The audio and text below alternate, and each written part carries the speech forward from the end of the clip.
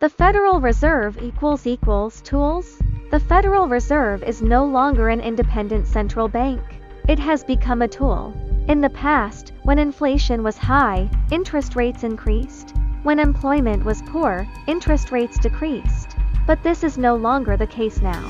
Because the power to control the economy is already in its hands. The Federal Reserve equals tools. Trump directly demanded that the Federal Reserve lower interest rates, or else he would replace the Fed officials. This was unimaginable in the past, but it has now become an openly accepted practice.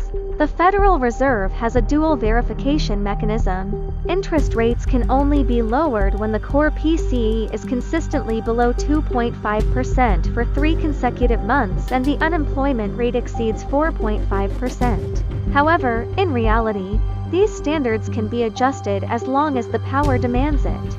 Currently, the United States has a debt of $37.9 trillion.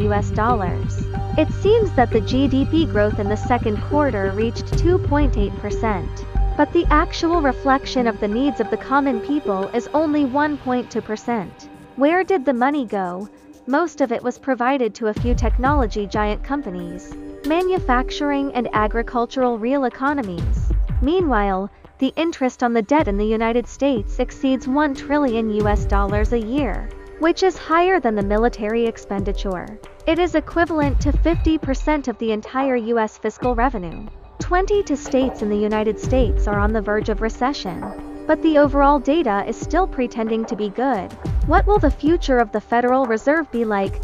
We'll wait and see.